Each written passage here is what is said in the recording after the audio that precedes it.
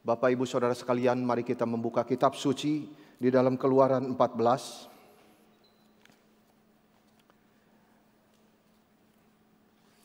Keluaran 14 ayat 1 sampai 31 saya akan membacakan bagi saudara semua. Demikian firman Tuhan. Berfirmanlah Tuhan kepada Musa, demikian katakanlah kepada orang Israel supaya mereka balik kembali dan berkemah di depan Pi Hahirot antara Migdol dan laut, tepat di depan Baal Zefon. Berkemahlah kamu di tepi laut. Maka Firaun akan berkata tentang orang Israel, mereka telah sesat di negeri ini, padang gurun telah mengurung mereka. Aku akan mengeraskan hati Firaun sehingga ia mengejar mereka, dan terhadap Firaun dan seluruh pasukannya aku akan menyatakan kemuliaanku, sehingga orang Mesir mengetahui bahwa akulah Tuhan. Lalu mereka berbuat demikian. Ketika diberitahukan kepada Raja Mesir bahwa bangsa itu telah lari, maka berubahlah hati Firaun dan pegawai-pegawainya terhadap bangsa itu, dan berkatalah mereka, apakah yang telah kita perbuat ini, bahwa kita membiarkan orang Israel pergi dari perbudakan kita? Kemudian ia memasang keretanya dan membawa rakyatnya serta. Ia membawa 600 kereta yang terpilih. Iya, segala kereta Mesir, masing-masing lengkap dengan perwiranya. Demikianlah Tuhan mengeraskan hati Firaun Raja Mesir itu, sehingga ia mengejar orang Israel. Tetapi orang Israel berjalan terus dipimpin oleh tangan yang dinaikkan. Adapun orang Mesir, segala kuda dan kereta Firaun, orang-orang berkuda dan pasukannya mengejar mereka dan mencapai mereka pada waktu mereka berkemah di tepi laut, dekat Pi Hahirot di depan Baal Zefon. Ketika Firaun telah dekat, orang Israel menoleh, maka tampaklah orang Mesir bergerak menyusul mereka. Lalu sangat ketakutanlah orang Israel, dan mereka berseru-seru kepada Tuhan. Dan mereka berkata kepada Musa, apakah karena tidak ada kuburan di Mesir, maka engkau membawa kami untuk mati di padang gurun ini? Apakah yang kau perbuat ini terhadap kami dengan membawa kami keluar dari Mesir? Bukankah ini telah kami katakan kepadamu di Mesir, janganlah mengganggu kami, dan biarlah kami bekerja pada orang Mesir, sebab lebih baik bagi kami untuk bekerja pada orang Mesir daripada mati di padang gurun ini. Tapi berkatalah Musa kepada bangsa itu, janganlah takut, berdirilah tetap dan lihatlah keselamatan dari Tuhan yang akan diberikannya hari ini kepadamu. Sebab orang Mesir yang kamu lihat hari ini tidak akan kamu lihat lagi untuk selama-lamanya. Tuhan akan berperang untuk kamu, dan kamu akan diam saja. Berfirmanlah Tuhan kepada Musa, mengapakah engkau berseru-seru demikian kepadaku? Katakanlah kepada orang Israel supaya mereka berangkat. Dan engkau angkatlah tongkatmu dan ulurkanlah tanganmu ke atas laut dan belahlah airnya, sehingga orang Israel akan berjalan dari tengah-tengah laut di tempat kering. Tetapi sungguh aku akan mengeraskan hati orang Mesir sehingga mereka menyusul orang Israel, dan terhadap Firaun dan seluruh pasukannya, keretanya dan orangnya yang berkuda, aku akan menyatakan kemuliaanku. Maka orang Mesir akan mengetahui bahwa akulah Tuhan apabila aku memperlihatkan kemuliaanku terhadap Firaun, keretanya dan orangnya yang berkuda. Kemudian bergeraklah malaikat Allah yang tadinya berjalan di depan tentara Israel lalu berjalan di belakang mereka. Dan tiang awan itu bergerak dari depan mereka lalu berdiri di belakang mereka. Demikianlah tiang itu berdiri di antara tentara orang Mesir dan tentara orang Israel. Dan oleh karena awan itu menimbulkan kegelapan, maka malam itu lewat sehingga yang satu tidak dapat mendekati yang lain semalam-malaman itu. Lalu Musa mengulurkan tangannya ke atas laut, dan semalam-malaman itu Tuhan menguakkan air laut dengan perantaran angin timur yang keras, membuat laut itu menjadi tanah kering, maka terbelahlah air itu. Demikianlah orang Israel berjalan dari tengah-tengah laut di tempat kering, sedang di kiri dan di kanan mereka air itu sebagai tembok bagi mereka. Orang Mesir mengejar dan menyusul mereka, segala kuda Firaun, keretanya dan orang yang berkuda sampai ke tengah-tengah laut. Dan pada waktu jaga pagi, Tuhan yang di dalam tiang api dan awan itu memandang kepada tentara orang Mesir, lalu dikacaukannya tentara orang Mesir itu.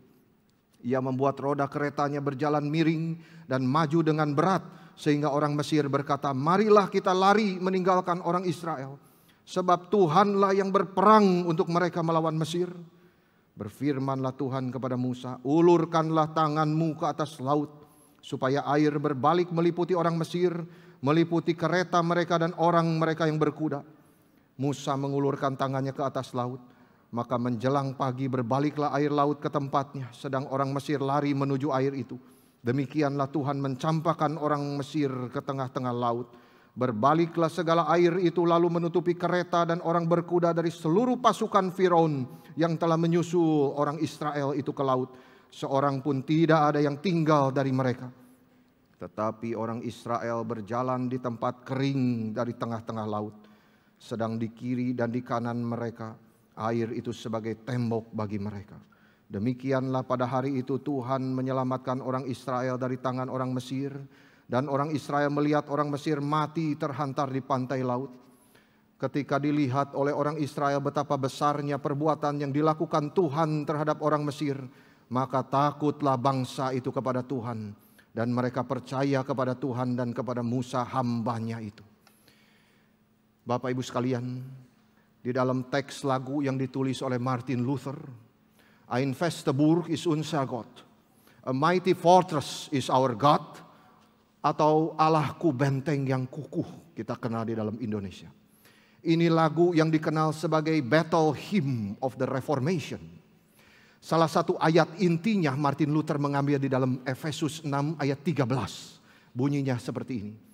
Kenakanlah seluruh perlengkapan senjata Allah, supaya kamu dapat mengadakan perlawanan terhadap tipu muslihat iblis dan kamu tetap berdiri. Luther di dalam surat-suratnya menuliskan bahwa ketika dia menulis teks lagu itu, dia mengalami pencobaan yang berat sekali. Baik di dalam fisiknya dan juga tekanan mental yang dia anggap sebagai serangan langsung daripada iblis. Supaya mengganggu dia di dalam pekerjaan Tuhan. Dia bilang, ini masa yang tergelap di dalam hidup saya. Yang saya tidak pernah sangka. Tetapi saya terhibur. Karena ternyata yang berperang dengan setan bagi saya adalah Tuhan Yesus sendiri. Di dalam lagu ini dia sangat menekankan Kristus sebagai firman. Yang meski dengan kuasa yang kecil dapat langsung mengalahkan iblis. Saudara sekalian, sadarlah bahwa kita sebagai orang Kristen seperti Luther, kita sedang berperang terus-menerus setiap hari, setiap detik bersama Tuhan Yesus sebagai pemimpin kita. Itu sebab Paulus memerintahkan kita untuk mengambil perlengkapan senjata Allah supaya kita bisa bertahan, berdiri. Tetapi satu hal yang pasti, bahwa Kristus telah mengalahkan setan di atas kayu salib. Kristus untuk sementara telah meninggalkan kita di dunia dan perang itu terus berlangsung sampai Kristus datang kembali menjemput kita. Itu sebab kita sebagai orang Kristen punya status pemenang. Di dalam bagian yang kita baca ini saya mengajak kita untuk merenungkan peperangan di dalam 2 poin. Yang pertama adalah Tuhan berperang bagi kemuliaannya sendiri. Saudara, di dalam bagian yang kita baca ini, Allah bekerja membebaskan umatnya dari satu situasi yang mustahil. Firaun dan tentaranya lengkap dengan kereta yang begitu canggih, telah memojokkan Israel yang tidak ada senjata.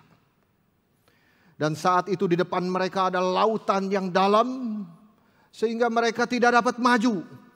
Mundur juga tidak bisa. Ke pinggir juga tidak ada jalan.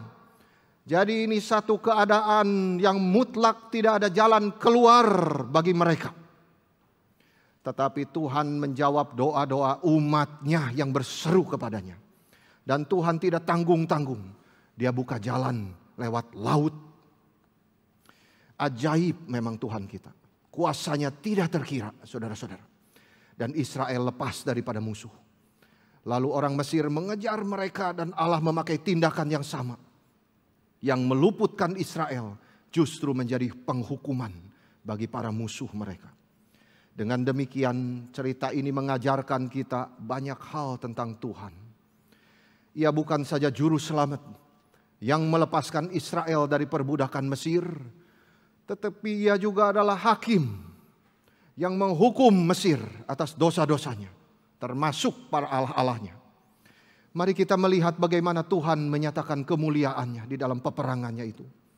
Bagian ini diawali dengan firman Tuhan kepada Musa ayat 1. Berfirmanlah Tuhan kepada Musa, demikian katakanlah kepada orang Israel. Apa saudara? Supaya mereka balik kembali dan berkemah di depan Pihahirot antara Migdol dan laut, tepat di depan Baal-Zefon. Berkemahlah kamu di tepi laut. Maka Firaun berkata tentang orang Israel, mereka telah sesat di negeri ini.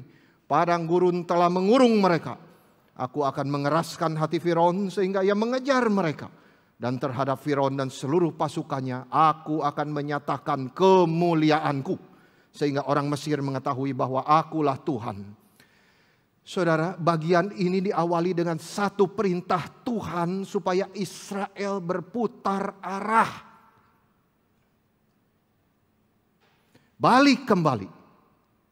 Sudah jalan begitu jauh, sekarang disuruh balik lagi. Tetapi perintah Tuhan itu selalu yang terbaik. Dan perintah itu menuntut ketaatan kita. Untuk akhirnya kita boleh melihat kemuliaan Tuhan. Tetapi saudara, jalan Tuhan itu selalu susah diterima. Tuhan perintahkan Musa putar balik. Dari segi militer, ini adalah jalan yang tidak masuk akal. Kenapa harus putar lagi? Dari jalan yang sudah seharusnya. Ketika Tuhan menyuruh mereka berputar dan balik kembali, mereka sudah berjalan hampir menuju kebebasan mereka. Sekarang Tuhan suruh balik, berkemah di antara gurun dan Laut Merah. Maka posisi Israel sudah sangat rentan sekali. Mereka dikelilingi oleh padang gurun dan di belakang mereka lautan. Kalau Mesir kejar, maka secara manusia sudah tidak ada jalan. Impossible untuk bisa melepaskan diri. Kita pasti tidak mengerti kenapa Tuhan, Engkau menaruh umat-Mu di posisi seperti ini. Nah saudara-saudara, apa yang terjadi kepada saudara saat ini? Apakah saudara percaya that's the best for you? Itu yang terbaik bagi saudara. Mungkin saudara mengalami kesulitan di dalam usaha, sakit yang makin parah, ditinggal orang yang dikasihi.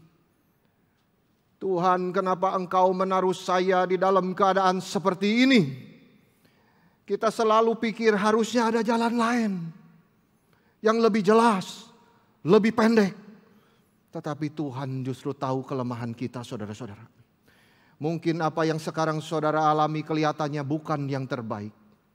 Tetapi ingatlah di dalam Roma 8 ayat 28, Tuhan berfirman kepada kita bahwa di dalam segala hal Tuhan bekerja untuk kebaikan mereka yang mengasihi Dia, yang dipanggilnya sesuai dengan rencananya. Meski kadang kita tergoda untuk meragukan apakah Tuhan tahu apa yang Ia kerjakan, tapi kita dipanggil untuk taat, percaya bahwa jalan Tuhan adalah yang terbaik. Karena itulah jalan yang memuliakan Tuhan sendiri. Coba saudara perhatikan bagian ini. Secara strategi militer, jalan balik ini artinya Israel sudah masuk perangkap. Tapi justru inilah apa yang Tuhan ingin Firaun pikirkan saat itu. This is the God's strategy.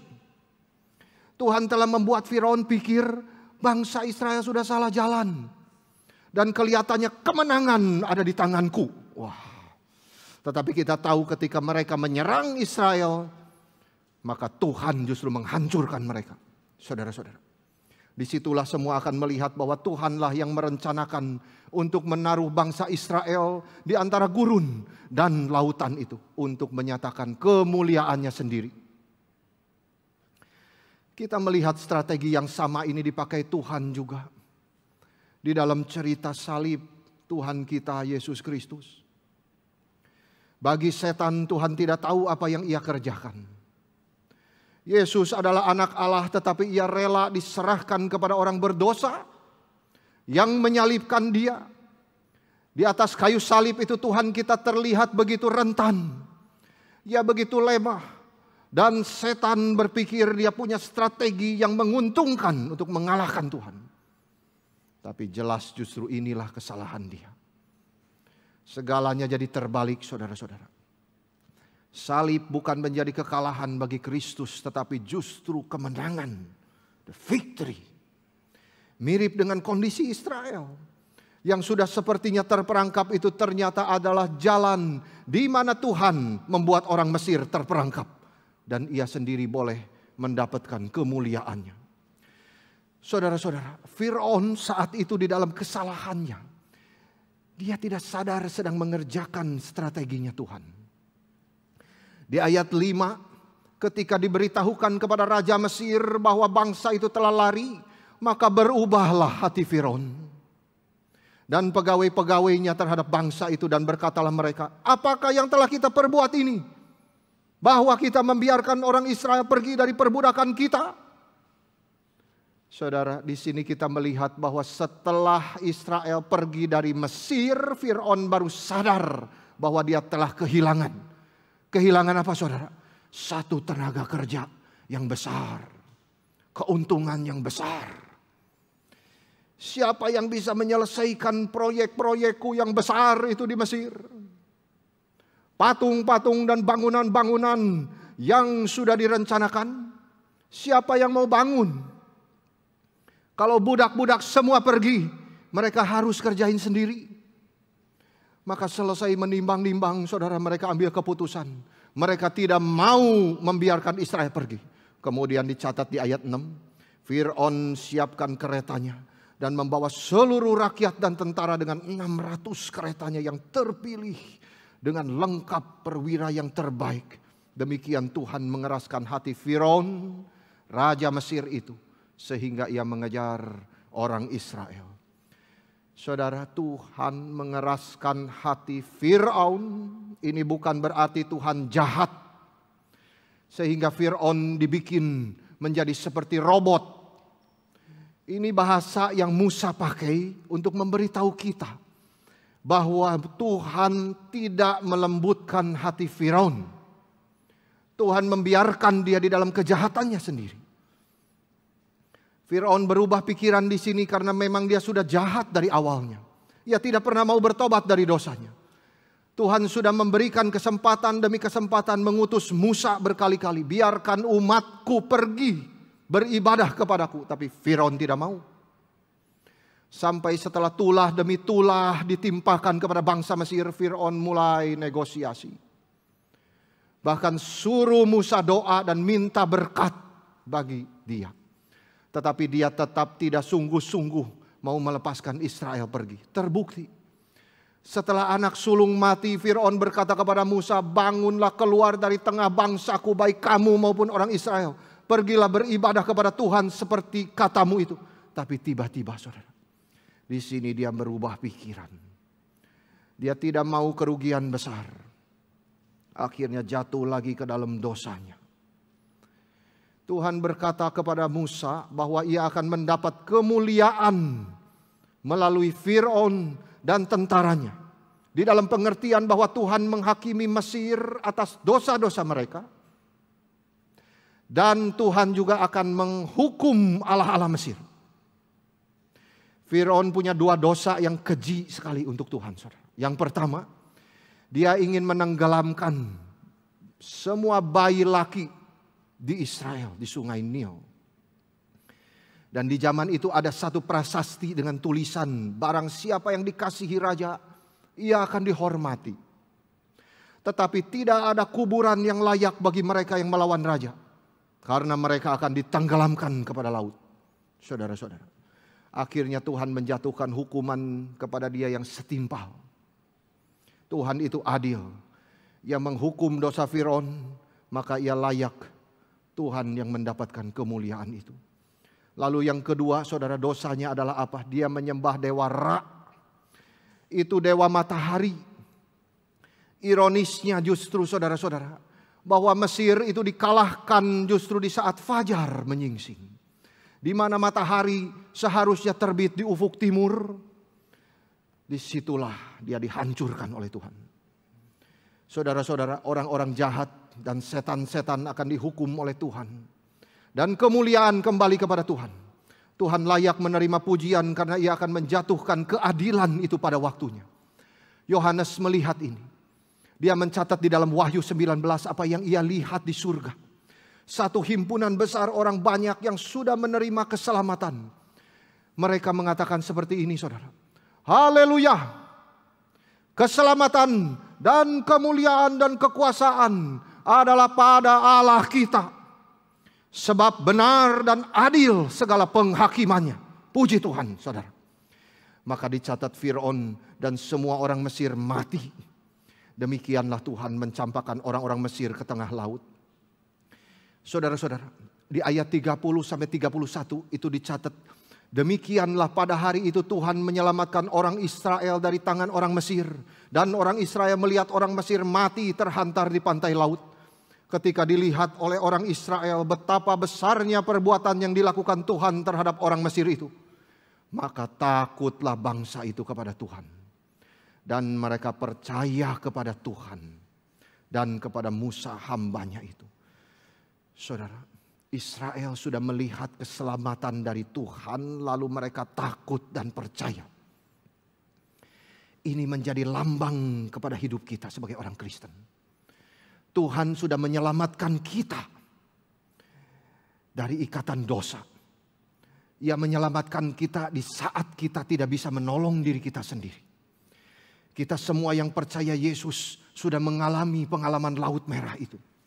Di mana kita dibawa Tuhan berpindah dari kematian kepada hidup, kepada kerajaan anaknya yang kekasih itu. Kita dipersatukan dengan Kristus di dalam kematian dan kebangkitannya. Saudara-saudara, maka seperti Israel, apa respon kita setelah kita diselamatkan oleh darah Tuhan? Mereka percaya dan menyembah Tuhan di dalam ketakutan. Fear and trust the Lord. Mereka menyembah bukan hanya saat itu saja, saudara-saudara. Tetapi mereka masih ingat peristiwa itu ratusan tahun ke depan. Saya mengutip Mazmur 77, di mana Israel itu mengingat masa lalu nenek moyang mereka waktu menyeberangi Laut Merah itu. Dan mereka memuji Tuhan. Begini bunyinya, Mazmur 77 ayat 12.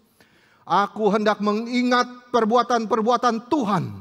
Iya, aku hendak mengingat keajaiban-keajaiban-Mu di zaman purbakala. Ayat 14, ya Allah, jalan-Mu adalah kudus. Allah manakah yang begitu besar seperti Allah kami? Mengapa? Di ayat 20, explanation. Melalui laut jalan-Mu, dan lorong-Mu melalui muka air yang luas, tetapi jejak-Mu tidak kelihatan. Ayat 21, Engkau telah menuntun umat-Mu seperti kawanan domba, dengan perantaraan Musa dan Harun. Ini adalah satu mazmur yang merenungkan perbuatan-perbuatan Tuhan yang besar di Laut Merah. Pemazmur menggunakan satu motif kuno yang menganggap air itu sebagai kekuatan daripada kejahatan dan kekacauan, saudara-saudara. Dan di sini pemazmur justru mengubah kegelisahan yang menakutkan itu menjadi satu ketenangan di dalam Tuhan. Pemazmur hadir di dalam posisi Israel saat itu, yang di luar jangkauan pertolongan manusia. Tetapi pemazmur ingat Tuhan yang berperang menyelamatkan umatnya di dalam keadaan seperti itu. Dan Tuhan menyelamatkan mereka justru di saat tidak ada pertolongan manusia. Maka Israel, apa saudara? Percaya kepada Tuhan dan takut kepada Tuhan yang telah menolong mereka. Saudara, kita mau seperti pemazmur yang ingat bahwa Tuhan telah menolong dan menyelamatkan kita juga daripada perbuatan dosa. Dan kita mau percaya hanya kepada Tuhan. Kita tidak mau Allah-Allah yang lain. Mesir dengan Allah-Allahnya sudah terbukti kalah, saudara-saudara. Saudara, hidup Kristen adalah soal percaya kepada Tuhan. Bagaimana saudara menaruh imanmu di dalam Tuhan. Bagaimana kita hidup dengan setiap firman yang keluar dari mulut Allah. That's the life of a Christian. Kita percaya Tuhan artinya kita mau ikut ke jalan yang tidak pernah kita lalui. Kita mau ikut Yesus meski situasi tidak seperti yang kita mau. Semua ini karena kita percaya Tuhan yang sudah menyelamatkan kita akan memelihara kita sampai akhirnya. Amin, saudara-saudara. Dan kedua, di dalam percaya kepada Tuhan berarti juga menuntut sesuatu kepada kita untuk menyembah Dia di dalam ketakutan. Saudara, meski di masa COVID seperti ini Tuhan mengizinkan kita beribadah di rumah, tetapi belajarlah takut kepada Tuhan. Kita tidak boleh menggunakan kesempatan itu untuk beribadah dengan sembarangan. Rasa takut itu berarti kita hormat kepada Tuhan, meski kita tidak melihat Dia. Karena mata Tuhan sedang menguji anak-anak manusia. Ikut ibadah dari awal sampai akhir, saudara-saudara. Karena itulah menyembah Tuhan dengan takut. Di dalam ibadah kita bertemu dengan Tuhan yang berbicara kepada kita. Itu sebab kita tidak boleh beribadah sambil makan. Harus pakai pakaian yang layak untuk bertemu dengan Tuhan. Seperti layaknya saudara datang ke gereja. Demikian kita semua yang hadir di gedung gereja. Hati kita harus juga sungguh-sungguh diarahkan kepada Tuhan. Kita tidak mau beribadah seperti Farisi, di mana Tuhan berkata tentang mereka, "Hai kamu orang-orang munafik, sebab ada tertulis, bangsa ini memuliakan aku dengan bibirnya saja, padahal hatinya jauh daripadaku. Percuma mereka beribadah kepadaku." Ini Yesus Kristus. Hatinya jauh dari Tuhan. Saudara-saudara, adakah hati kita dekat dengan Tuhan selama kita duduk di dalam ruangan ini? Kita menyembah Tuhan dengan sungguh-sungguh.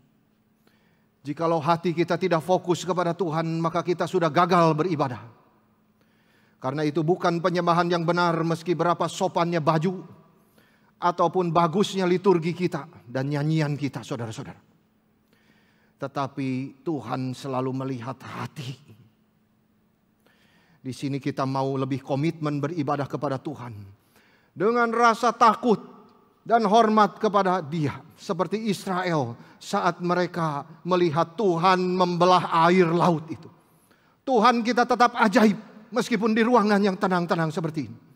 Tuhan kita tetap kuasanya sama seperti kuasa Dia membelah laut itu. Saudara-saudara, biarlah segala kemuliaan bagi Tuhan. Satu kalimat dari Tuhan yang sungguh menggugah hati saya. Saudara, yang menyadarkan betapa kecilnya manusia dan betapa besarnya Tuhan kita.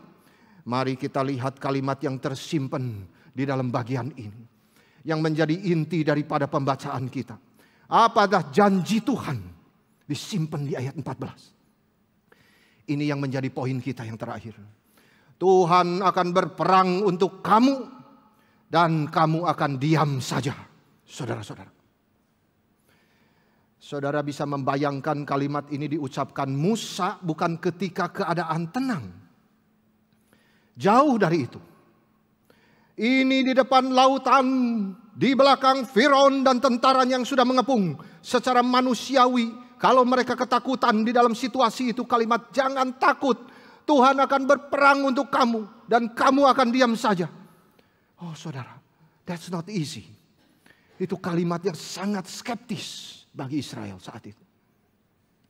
Di belakang mereka tentara begitu banyak dengan berpakaian perang dan senjata dengan kereta yang begitu canggih, saudara-saudara. Kalau sekarang kita bisa bandingkan dengan itu tank baja dan pesawat-pesawat dengan bom nuklir. Saudara, mau lari kemana? Saudara, di dalam kesulitan yang begitu berat, kita juga sama seperti Israel. Susah untuk melihat kepada Tuhan. Look up to God. Padahal baru saja mereka menyaksikan 10 tulah. Kemudian mereka berjalan dengan siap sedia. Tapi baru saja muncul cobaan pertama, langsung panik. Mereka berteriak, "Apakah karena tidak ada kuburan di Mesir, Engkau membawa kami mati di gurun ini? Jangan ganggu kami di Mesir." Saudara, di sini kita melihat sesuatu prinsip bahwa ketika Tuhan mau melepaskan seseorang dari ikatan dosa, setan akan berusaha untuk menahan kita, tidak membiarkan kita lepas. Itu sebabnya kita harus banyak berdoa. Juga untuk banyak orang yang baru mau percaya kepada Tuhan, atau yang imannya masih lemah, supaya dia bisa kuat ikut Yesus.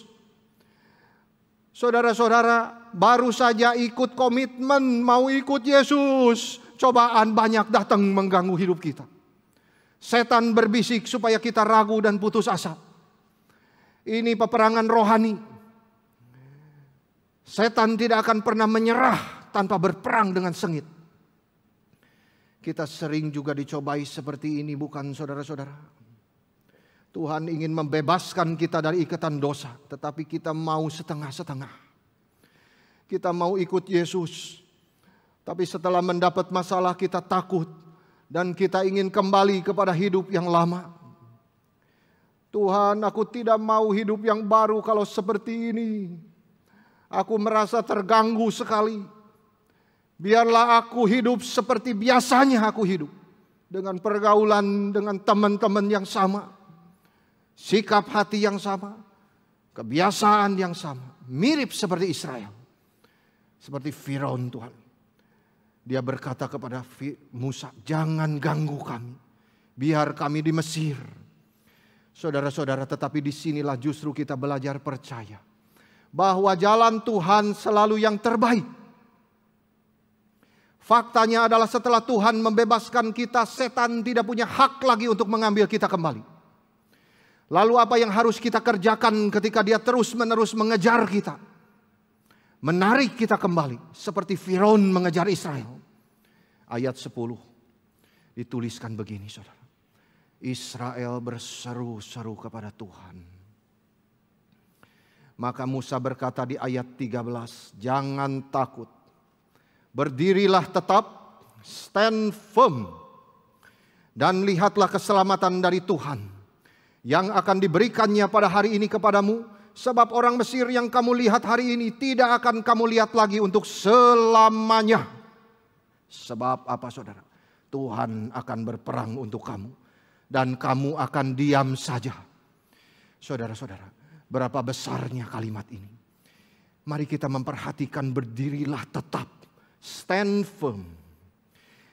Mari kita mengerti kalimat ini dari surat Paulus di dalam surat kepada Efesus 6 ayat 13. Sebab itu ambillah seluruh perlengkapan senjata Allah. Supaya apa? Supaya kamu dapat mengadakan perlawanan pada hari yang jahat itu dan tetap berdiri. To stand firm. Saudara-saudara, Paulus menulis ini di dalam satu konteks sebelumnya dia bicara panjang lebar. Sebelum Efesus 6, dia berbicara sebelumnya panjang lebar tentang apa, saudara?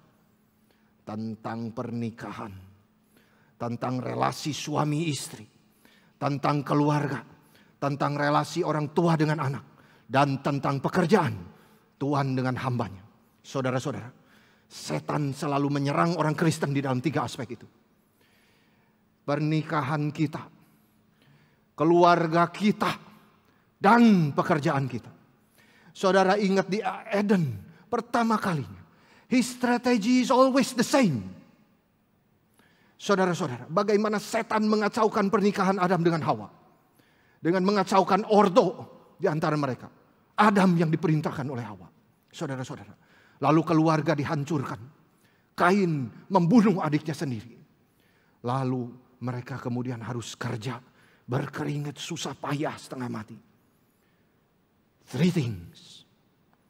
Setan mengganggu pernikahan kita, keluarga kita, dan saudara-saudara, pekerjaan kita.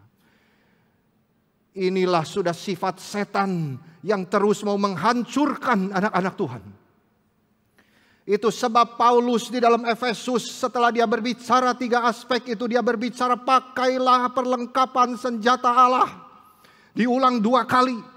Paulus menggunakan analogi untuk perlengkapan seorang prajurit, saudara. Yang perang, ketika kita mau perang dia pakai baju perangnya. Dia bawa senjatanya, lengkap. untuk menggambarkan perlengkapan senjata iman bagi kita. Lengkap, saudara-saudara. Berarti di dalam uraian Paulus, perlengkapan senjata Allah itu adalah ikat pinggang kebenaran, katanya di dalam Efesus. Saudara boleh membacanya sendiri. Ikat pinggang kebenaran, baju zirah keadilan, kakimu berkasutkan kerelaan memberitakan Injil damai sejahtera. Gunakan perisai iman, ketopong keselamatan dan pedang roh, yaitu firman Tuhan. Saudara-saudara, apa artinya? Saya rangkumkan untuk saudara. Paulus mengajarkan kita untuk mencintai kebenaran. Saudara-saudara, keadilan, Injil, beriman mengandalkan Tuhan, menghargai anugerah keselamatan, dan belajar firman Tuhan. Saudara-saudara, karena firman Tuhan mengajarkan kita akan semua hal tadi yang di depan. Kebenaran, keadilan, dan mencintai Injil, semuanya tercantum di dalam firman Tuhan. Maka saudara, semua perlengkapan senjata Allah itu ada di dalam firman Tuhan, yaitu pedang roh itu.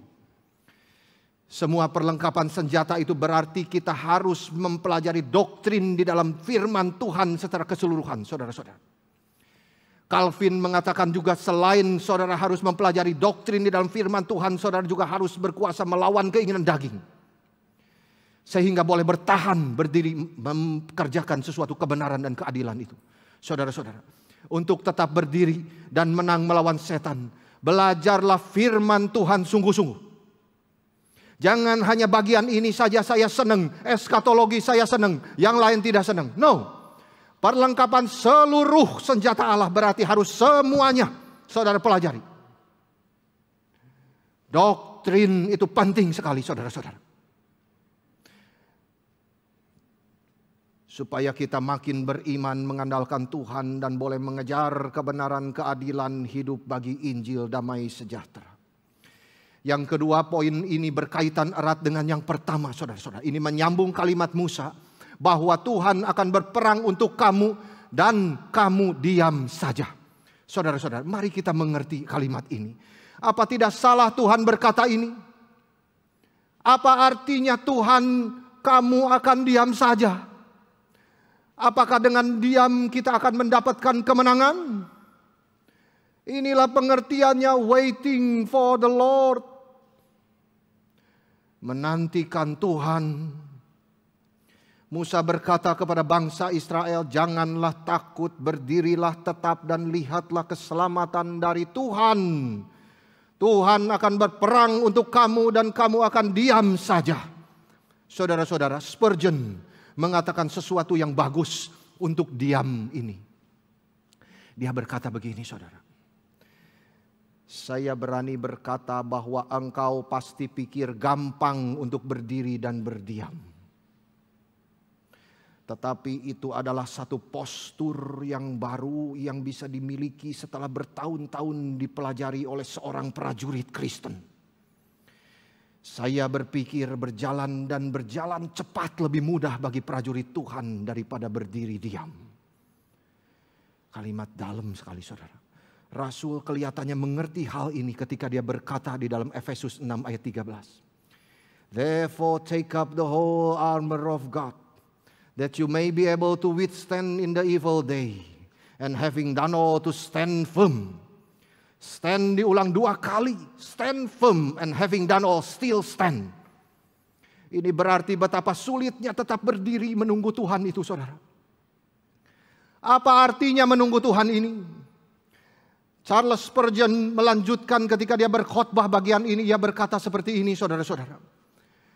Jauhlah daripadaku untuk mengatakan sesuatu yang meremehkan doa. Yang adalah sesuatu yang kudus, bahagia dan surgawi. Tetapi saudara yang kekasih, ada saatnya di mana doa saja tidak cukup. Saudara-saudara. Ketika doa itu sendiri sudah tidak baik waktunya. Ketika kita sudah berdoa untuk satu hal tertentu sampai pada satu titik di mana maka itu menjadi berdosa untuk menunggu-nunggu atau berlambat-lambat. Dan dia melanjutkan, tugas kita adalah mewujudkan keinginan kita itu melalui action. Dan setelah memohonkan pimpinan Tuhan dan setelah menerima kuasa dari tempat yang tinggi, maka jalankan tugas kita tanpa menunggu-nunggu lebih lama lagi. That's Spurgeon. Jangan cuma doa-doa terus. Itu malah bisa jadi berdosa kalau dikerjakan tanpa action. Saudara-saudara. Coba lihat seperti di dalam bagian ini, selesai Musa mengatakan bagian itu, maka Tuhan berfirman apa kepada Musa? Mengapa engkau berseru-seru demikian kepadaku? Kalimat selanjutnya, katakan kepada orang Israel supaya mereka berangkat. That is action. Mereka harus berhenti mengeluh. Berangkat. Saudara-saudara, jalan terus. Luther juga berkata hal yang sama. Di dalam konteks waktu Yakub dan seluruh Israel kelaparan. Dan anak-anaknya pergi ke Mesir membeli gandum. Lalu ia berkata begini, saudara. Si Luther ini.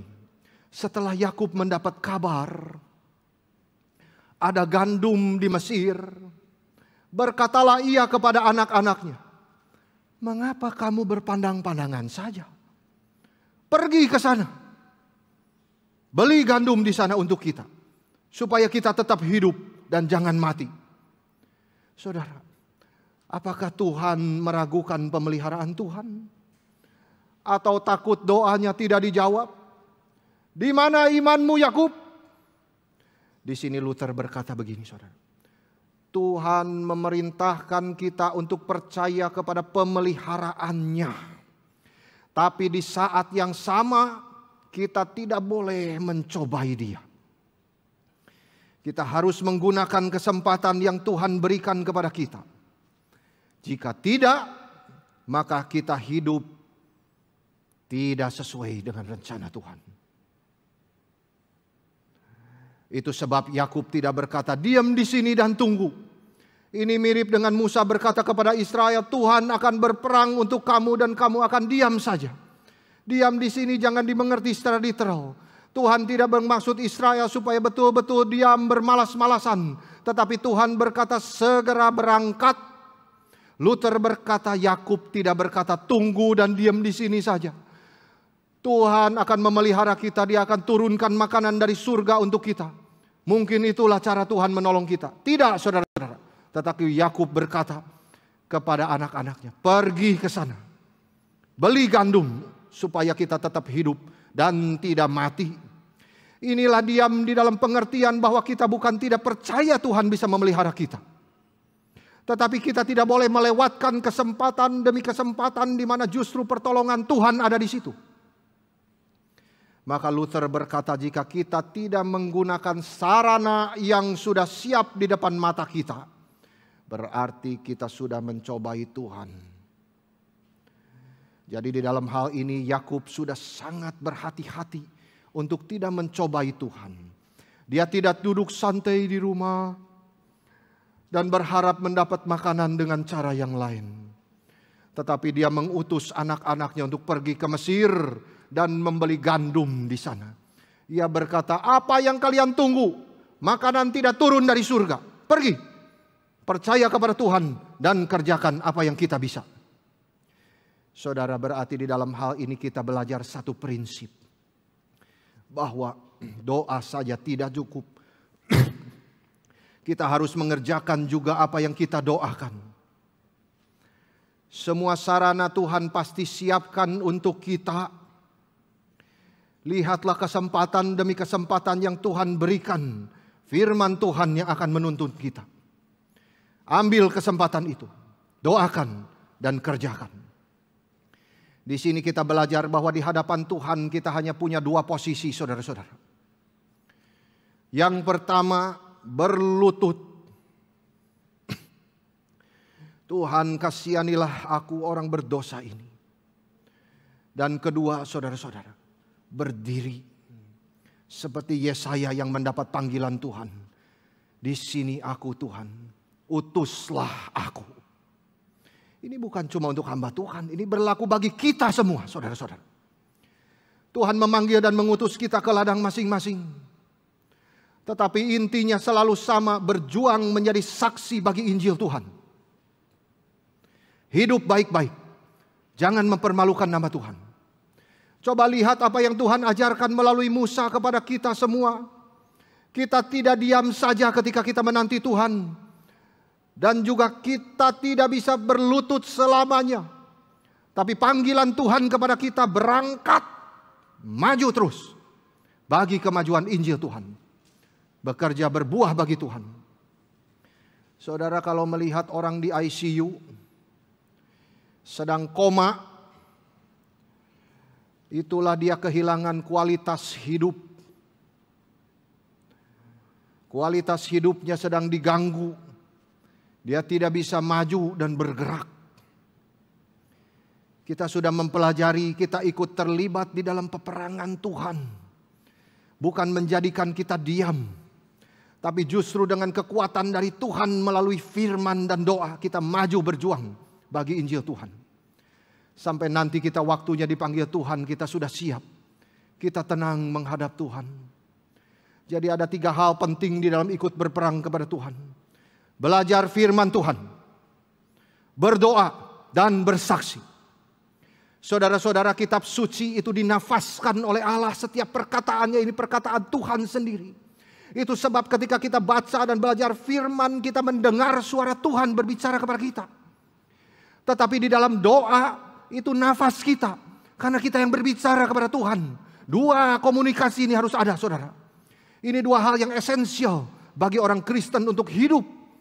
Maka jikalau saudara sebagai orang Kristen tidak suka doa, baca kitab suci, dan bersaksi, saudara seperti sedang koma. You have no quality of life as a Christian. Tetapi kalau saudara disiplin membaca kitab suci, berdoa dan menggarami sekitar di dunia di mana saudara ditempatkan Tuhan, maka itulah saudara berkualitas hidup sebagai orang Kristen. Karena kualitas hidup saudara bukan diukur dari yang kelihatan. Karena saudara di mata Tuhan sedang koma. Saudara tidak memiliki kualitas hidup yang baik sebagai orang Kristen yang sudah menerima anugerah darah Yesus. Saudara-saudara, sesuatu yang berkualitas selalu harus bahan dasarnya bagus. Material. Semua barang-barang yang bermutu tinggi. Makanan yang lezat dan otentik. Itu jangan hanya dilihat luarnya, desainnya. Tetapi karena bahan dasarnya berkualitas. Saudara-saudara.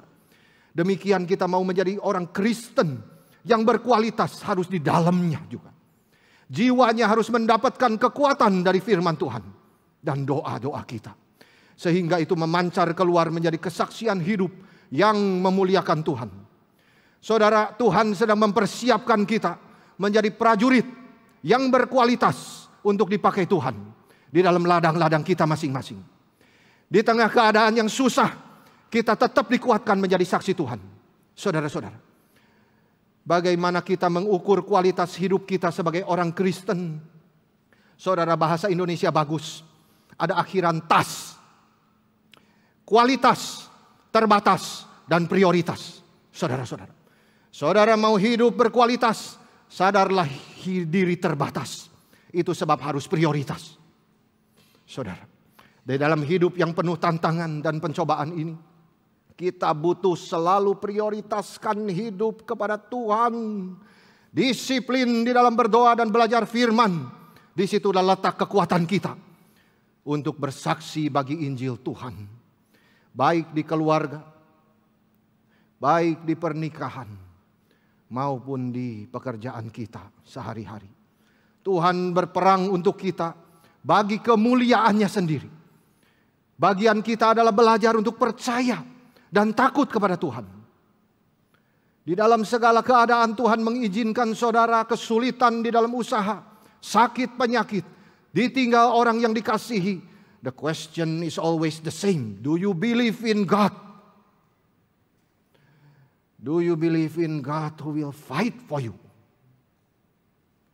Kalau saudara percaya, maka saudara juga ikut berperang bersama Yesus sebagai pemimpin. Tetap maju, hidup berjuang menjadi saksi Tuhan dimanapun saudara ditempatkan oleh Tuhan. Sehingga satu hari waktu Tuhan memanggil kita pulang, kita sudah siap. Kita pulang dengan tenang.